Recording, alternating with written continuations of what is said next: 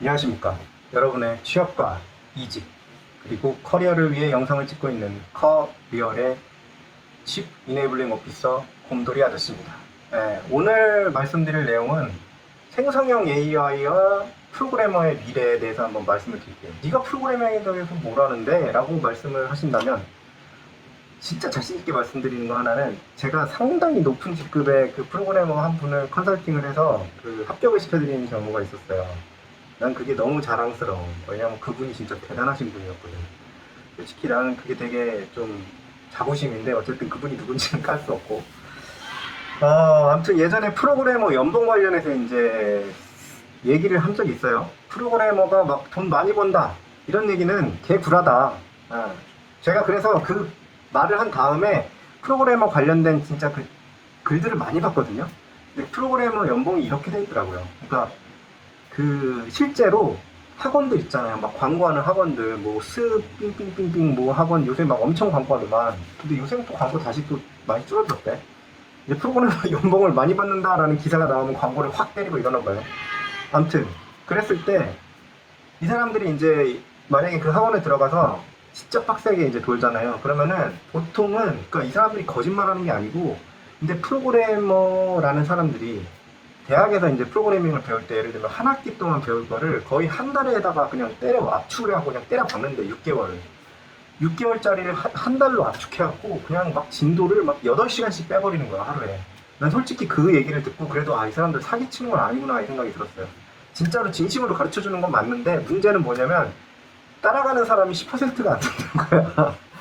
그렇게 빠르게 가는데 어떻게 그걸 따라잡느냐고. 근데 그 중에 하나는, 근데 그건 있대요.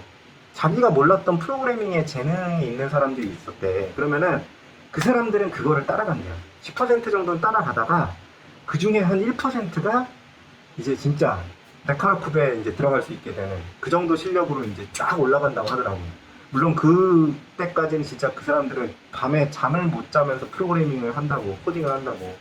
그런 각오가 안 돼 있으면 사실은 그런 학원이 큰 의미는 없는 거예요. 네. 일단은 그거를 말씀을 드리고요.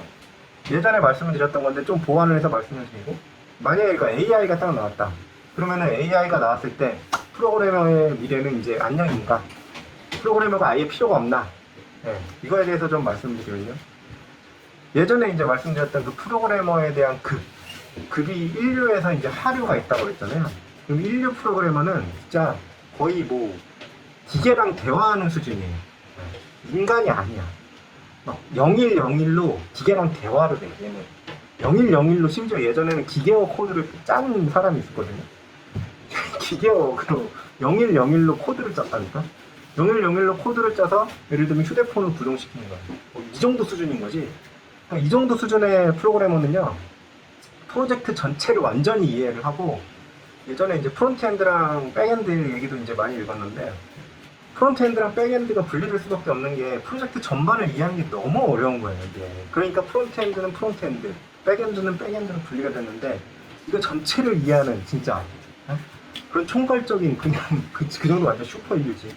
그런 사람들이 있고, 그거의 프로젝트의 목적에 맞는, 그러니까 고객의 목적에 맞는 프로그래밍 언어를 적절하게 선정해서 그거를 적절하게 스케줄링해서 적절하게 잡아내서 오류를 적절하게 잡아내고 코딩을 기가 막히게 짜내는, 그런 사람들이 이제 인류 프로그래머인 거예요. 근데 인류 프로그래머에 딱 보면 그럼 어떻게 되겠어요, 이 사람들? AI가 나왔어. AI가 나왔는데 인류 프로그래머가 예전에는 예를 들면 한 코더라고 하죠. 그냥 코딩만 해주는 사람. 그런 사람들을 한 10명 데리고 했어. 코더를 10명을 데리고 했는데, 원래 인류 프로그래머가 받던 연봉이 뭐 한 5억이었어. 5억을 받았는데, 코더들 때문에, 한 2억을 코더들한테, 그러니까, 그래, 2억은 너무 적고, 10명을 데리고 다니면 한 5억을 코더들한테 줬었단 말이지. 자기가 5억 가져가고, 5억을 코더들한테 주고, 5천만 원씩 나눠서. 근데, 이게 챗GPT가 나왔잖아요. 그럼 코더가 왜 필요했겠어? 자기 머릿속에 이미 다 구조가 다 잡혀있는데. 챗GPT한테 시키고 코더가 할 일을, 그 다음에 자기는 체크만 하면 되죠. 이거는 이렇게 해, 이건 이렇게 해, 이거는 이게 더 확실한 거니까 이 프로그래밍 언어로 다시 짜줘, 이런 식으로 GPT한테 보냅니다. GPT한테 저도 코딩을 시켜봤는데 HTML 같은 단순한 코딩이었지만 진짜 와 이거 한 3초 걸리다 3초? 10초? 그냥 쭉 나오더라고요. 그 정도 속도예요. 사람이 그 정도로 빠르게 할 수 있다? 저는 그건 안 될 것 같거든요. 그러니까 내가 만약에 코더라고 해도 진짜 내가 만약에 코딩 HTML 코딩을 알아서 그 코드를 짤 수 있다고 해도 그렇게 빨리 못 만들 것 같거든요. 근데 걔는 그렇게 빨리 만들더라고. 그거를 심지어 모디파이를 해 지가. 뭐 여기다가 색깔 넣어줘, 여기다가 색깔 넣을 수 있는 걸 하고 주석 달아줘, 시킨 대로 다 해. 그럼 어떻게 되느냐. 아까 전에 10명을 썼을 때 코더를 이제는 5억짜리 그 인류 프로그래머가 자기는 아 그래? 나는 한 4명만 있으면 될 것 같은데? 그리고 3억 더 가져가는 거예요. 4명만 더, 난 8억 가져가고 2억, 나머지 그 3억 분량은 챗GPT 쓰는 거야. 그리고 2억은 그 다른 인간 코더한테 주고 GPT가 못하는 정도의 어려운 것들은 이렇게 되는 거예요. 그러면 사실은 GPT가 할 수 있는 수준의 코딩은 인간이 하는 게 별 의미가 없어져 버렸죠. 네. 그러니까 이게 무슨 얘기냐면 이 하급 프로그래머들이 설 자리가 더 없어진 거야. 네. 그리고 코딩이라는 것 자체가 뭐냐면 잘 아시는 분은 아시겠지만 제가 이런 말을 하는 것도 되게 웃기지만 저도 사실은 프로그래밍 쪽이 굉장히 좀 핫해가지고 공부를 좀 했어요. 프로그래밍이 뭐냐면 결과적으로 논리잖아요, 논리.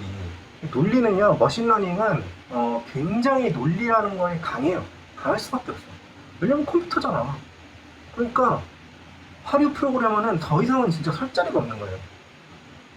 예를 들면 옛날에는 뭐 카운트다운 시계 뭐 HTML로 짜주세요 라고 사람한테 부탁을 했어야 했다면 지금 당장 챗 GPT한테 한번 쳐보세요. HTML로 카운트다운 할 수 있는 시계 코드 짜줘.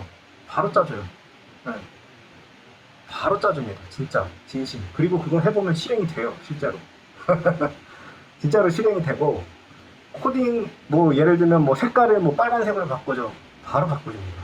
네. 그리고 주석 달라고 얘기도 안 했는데 주석 달아놔요.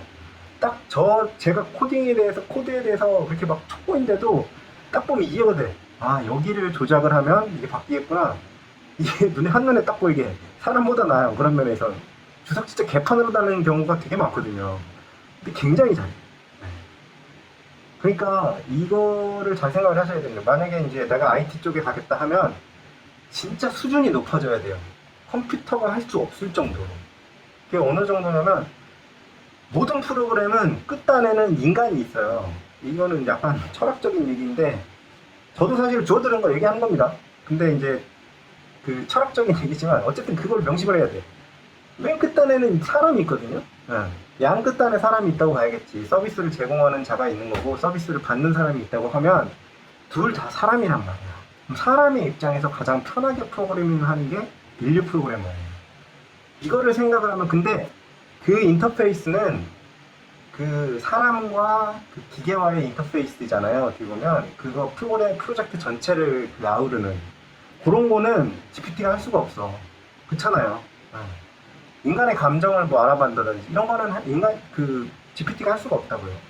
어떻게 프로그래밍을 짜야지 예를 들면 사람의 심기를 건드리지 않으면서 이 앱에 매출이 팍팍 뛰는지 이런 것들은 GPT가 할 수 없다고. 그런 것들에 대해서 여러분들이 지식을 그러니까 더 넓게 가져가야 되는 거예요.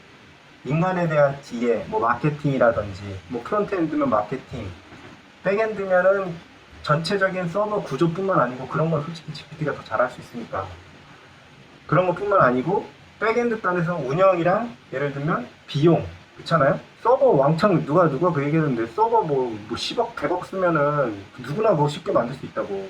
그게 아니고 최대 성과를 내면서 최소의 비용으로 돌릴 수 있게 백엔드를 만든다든지 이런 식으로 고민을 훨씬 더 깊게 해봐야 된다는 거죠. GPT가 할 수 없는 부분에 대해서.